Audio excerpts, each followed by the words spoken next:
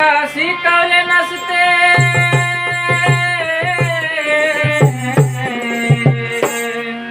फुलेनी जर का शिकवले नसते सावित्री मायेला फुलेनी जर का शिकवले नसते सावित्री मायेला फुलेनी जर का शिकवले नसते सावित्री मायेला आज सुखाचे दिवस आलेच नसते कुठल्याच बाईला आज सुखाचे दिवस आलेच नसते कुठल्याच बाईला आज सुखाचे दिवस आलेच नसते कुठल्याच बाईला